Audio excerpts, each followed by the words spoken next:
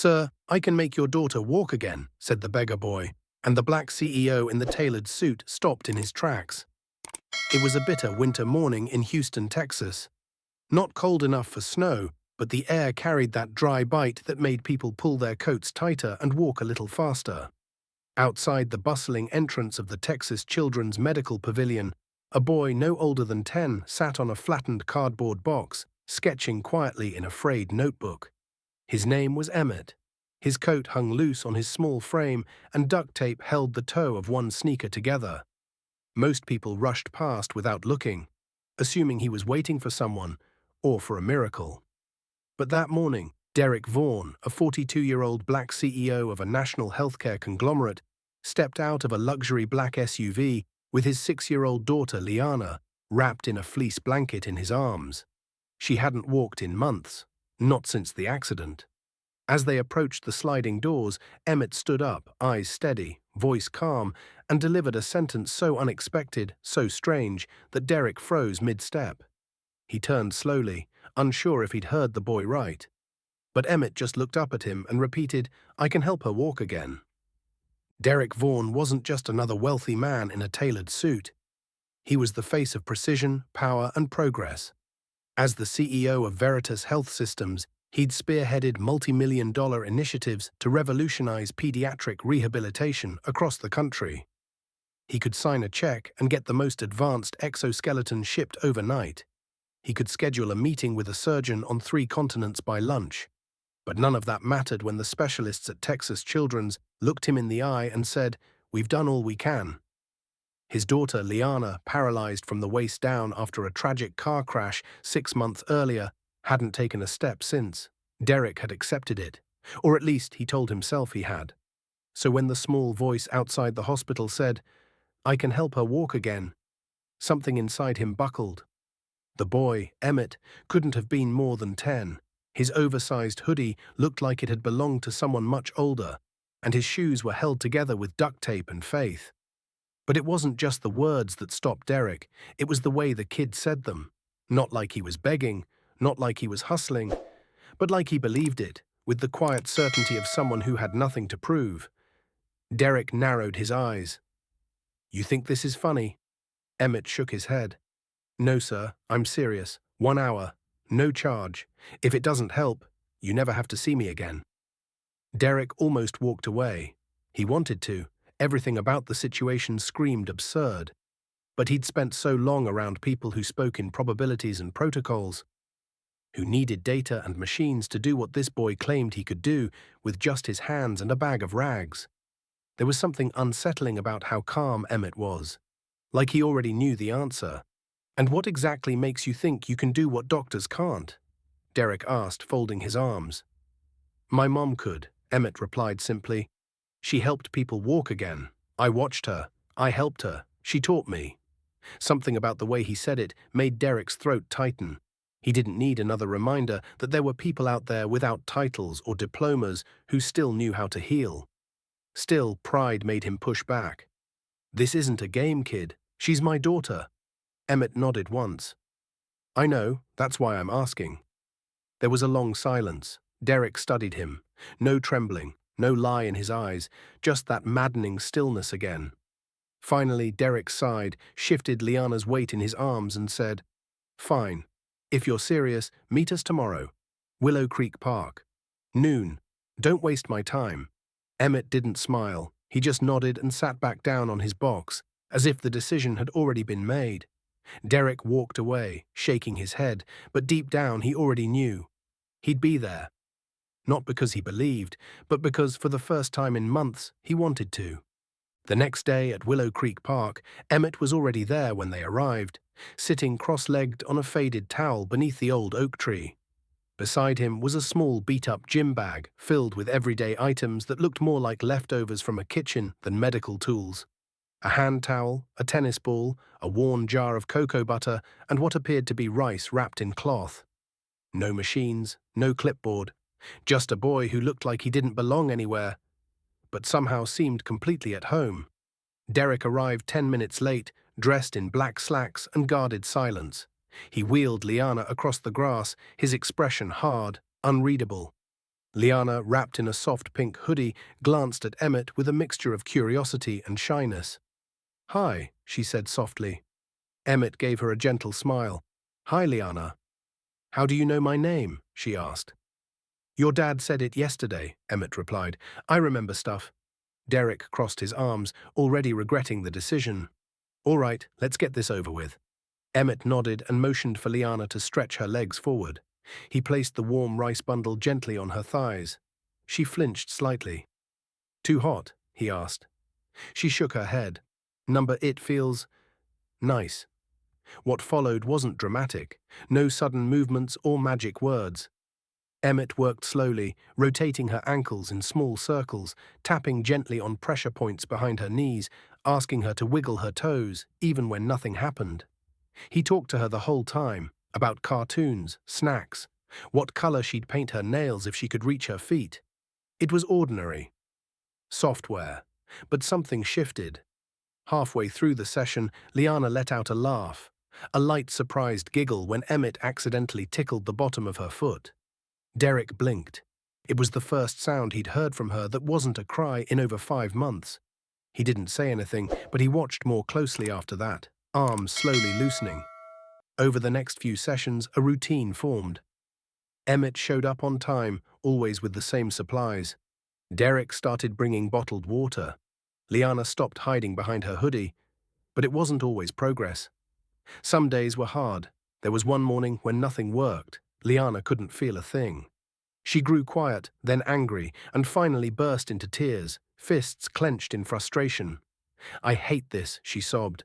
"It's never going to work." Derrick stepped forward, unsure if he should stop it all.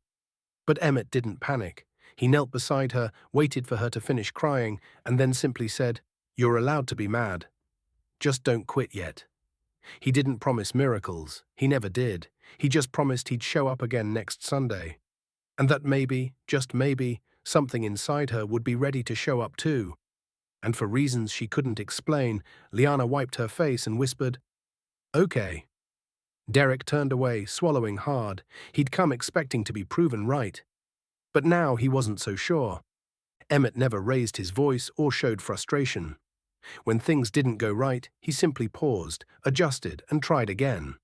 One chilly Sunday afternoon, as Liana struggled through another session, Derrick asked the boy quietly, "How do you even know what you're doing?" Emmett looked up and answered with a calm certainty that felt older than his years. "My mom used to help people walk again," he said. "She volunteered at shelters and VA clinics. She didn't have fancy tools, just her hands, her heart, and time. She taught me that the body doesn't always need force. It needs someone to listen. You can't rush healing." For the first time, Derrick didn't respond with skepticism. He just watched. Something had changed. Slowly, he found himself joining in. At first, he would hold Liana steady while Emmett worked. Then, without thinking, he started asking her questions like Emmett did, about what color they should paint the towel or what flavor juice box she wanted afterward. The stiffness in his tone softened. He even laughed once. Just a short breath of air, but it startled them all. One morning, midway through a routine ankle rotation, Emmett tapped the top of Liana's foot and asked, "Can you feel that?" She didn't answer right away. Then her eyes widened. "Kind of," she whispered. Derrick leaned in, holding his breath. "What do you mean?" Liana closed her eyes. "Like pressure. Like something's there." Derrick looked at Emmett. The boy didn't say anything dramatic. He just nodded and kept working. Later that week, it happened again. Only this time, one of Liana's toes twitched. Just once, just barely. But it happened. Derrick nearly dropped the cocoa butter jar in his hand. He crouched in front of his daughter, eyes glassy. "Do it again," he said. Liana tried, nothing. Emmett didn't look disappointed. "It's okay," he said gently.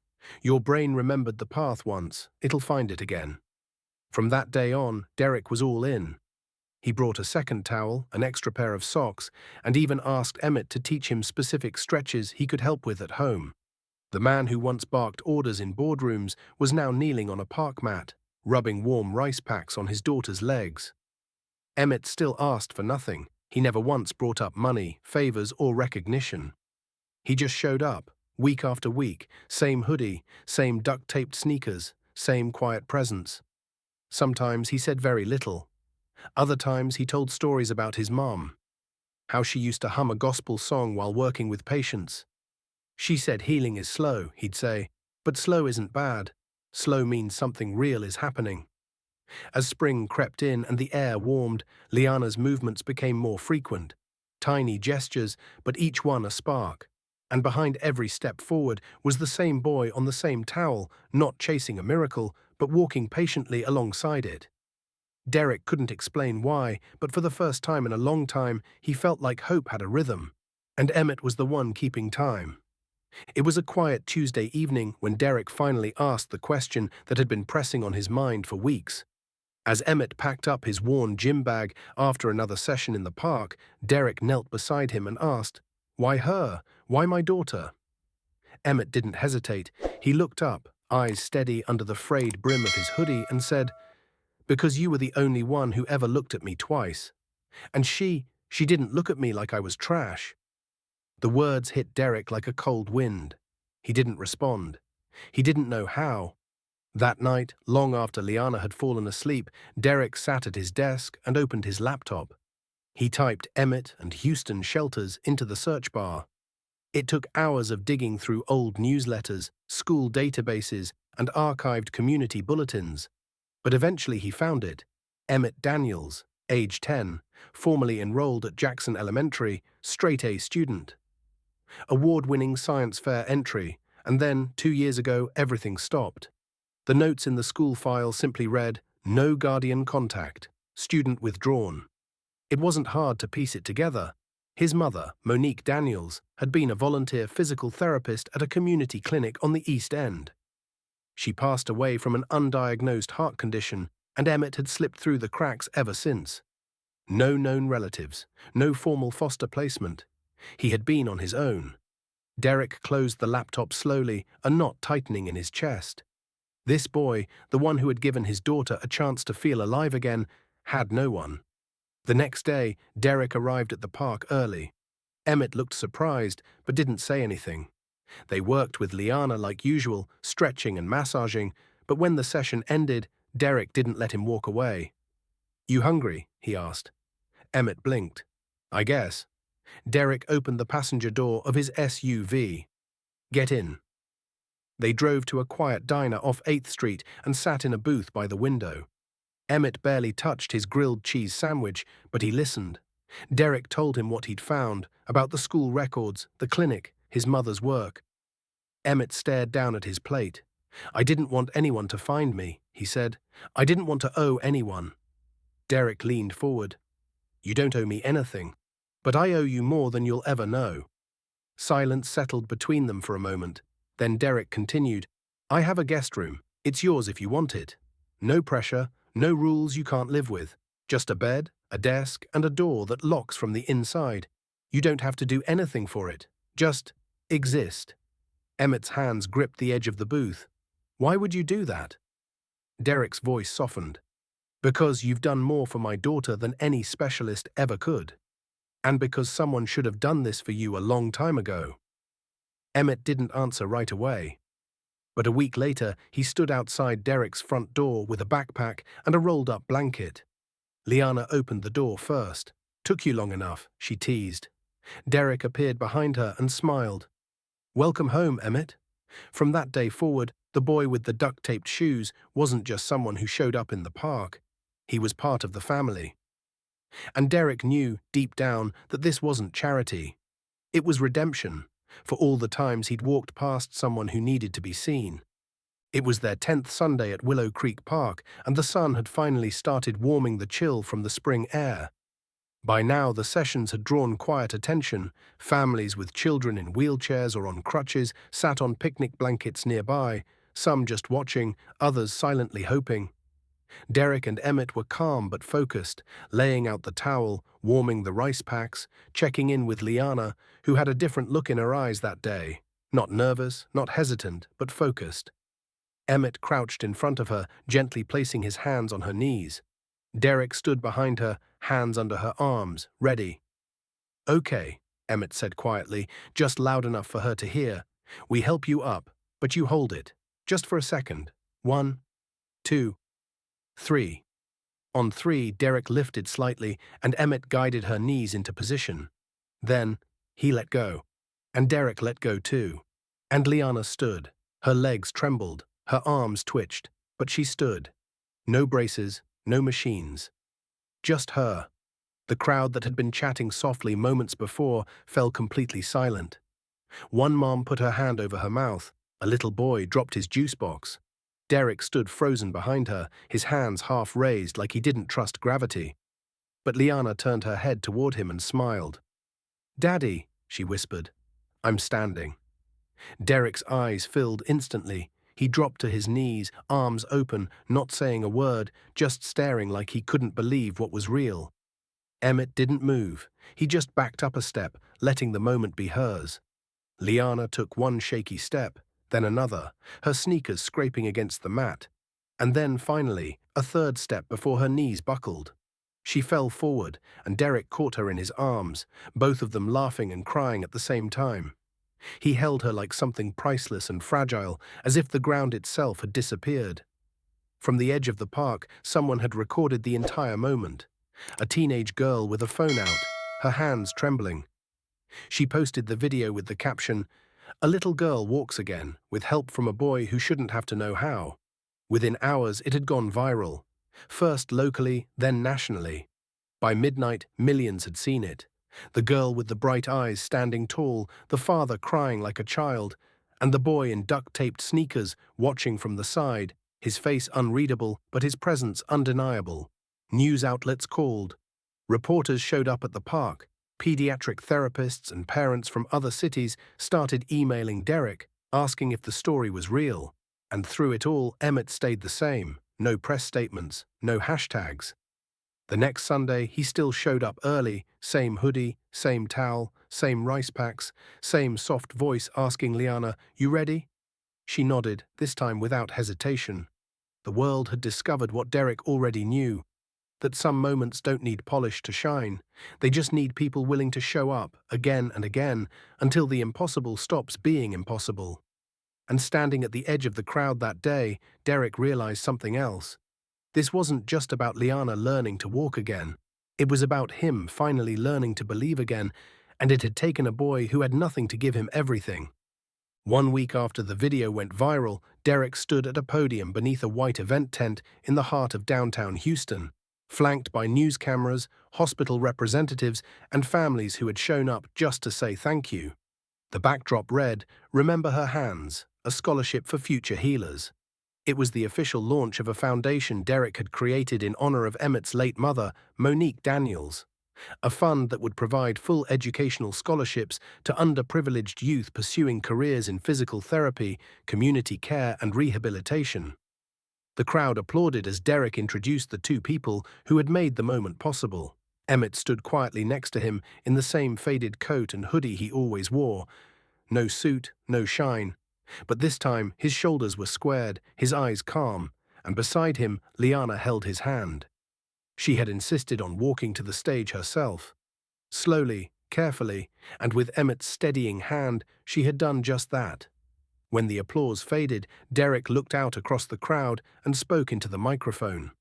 "This boy," he said, pausing as his voice wavered, "doesn't have a degree. He doesn't run a clinic. He doesn't own a practice. But he has something we often forget in the world of medicine and business: patience, purpose, and a quiet belief in the good." His words landed heavily as dozens of heads nodded. He reminded me that healing isn't just a science, it's an act of faith.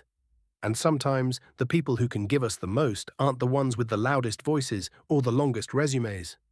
Sometimes they're just the ones who show up over and over when no one else will. The crowd was silent, listening not just to Derrick's words, but to the truth behind them. The lesson is simple, but it matters more now than ever. Healing doesn't always come from machines, hospitals, or expert titles. It comes from presence, from trust, and from someone believing in you when you don't believe in yourself. A child with no home and no formal training was able to do what countless professionals had said was impossible. Not because he was gifted in some mystical way, but because he never stopped showing up.